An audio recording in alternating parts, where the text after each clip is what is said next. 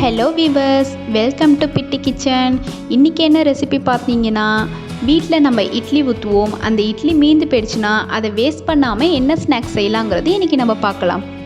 Okay, அதுக்கான இன்க்ரீடியன்ட்ஸ்லாம் என்னென்னு பார்த்தீங்கன்னா, ஃபர்ஸ்ட் நம்ம வீட்டில் மீந்து போன இட்லி உங்கள் வீட்டில் எவ்வளோ இருக்குதோ அதை இந்த மாதிரி கட் பண்ணிக்கோங்க. ஒரு பெரிய சைஸ் வெங்காயம் நைஸாக கட் பண்ணிக்கோங்க. ஒரு தக்காளி நைஸாக கட் பண்ணிக்கோங்க. 2 பச்சை மிளகாய் இந்த மாதிரி கட் பண்ணிக்கோங்க. அரிசி மாவு 2.5 ஸ்பூன், கார்ன்ஃப்ளவர் இல்லைன்னா அரிசி மாவு போட்டுக்கலாம்.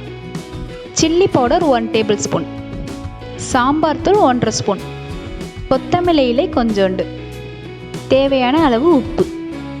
அவ்வளோதான், இன்க்ரீடியன்ட்ஸ்லாம் ஓவர். சில்லி இட்லி எப்படி செய்யலான்னு பார்க்குறதுக்கு முன்னாடி நம்ம சேனலை சப்ஸ்கிரைப் பண்ணுங்கள், பக்கத்தில் இருக்க பெல் பட்டனையும் ப்ரெஸ் பண்ணுங்கள். வாங்க வீடியோக்குள்ளே போகலாம்.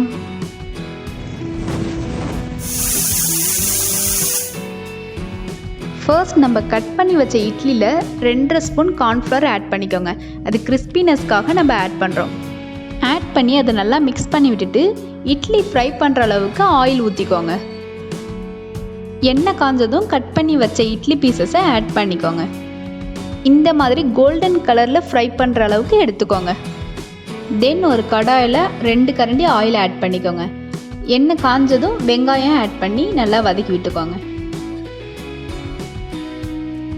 கட் பண்ணி வச்ச பச்சை மிளகாவும் ஆட் பண்ணி நல்லா வதக்கி விட்டுக்கோங்க.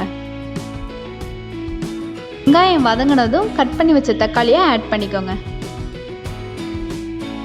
அதை நல்லா வதக்கிட்டு 1 table spoon chilli powder, 1.5 table spoon sambar தூள் ஆட் பண்ணி நல்லா மிக்ஸ் பண்ணிக்கோங்க.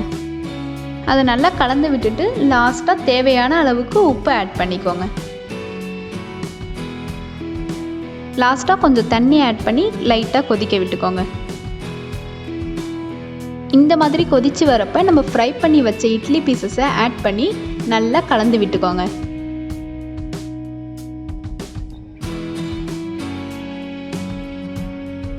கலந்து விட்டுட்டு அந்த தண்ணியெல்லாம் நல்லா சுண்ட விட்டுருங்க.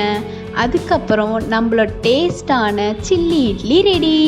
இவ்வளோ ஈஸியாக செய்யக்கூடிய டிஷ்ஷை நீங்களும் உங்கள் வீட்டில் ட்ரை பண்ணி பார்த்துட்டு உங்களுக்கு பிடிச்சிருந்துச்சுன்னா லைக் பண்ணுங்கள், ஷேர் பண்ணுங்கள், சப்ஸ்கிரைப் பண்ணுங்கள், பக்கத்தில் இருக்கிற பெல் பட்டனையும் ப்ரெஸ் பண்ணுங்கள். தேங்க்யூ, பாய்.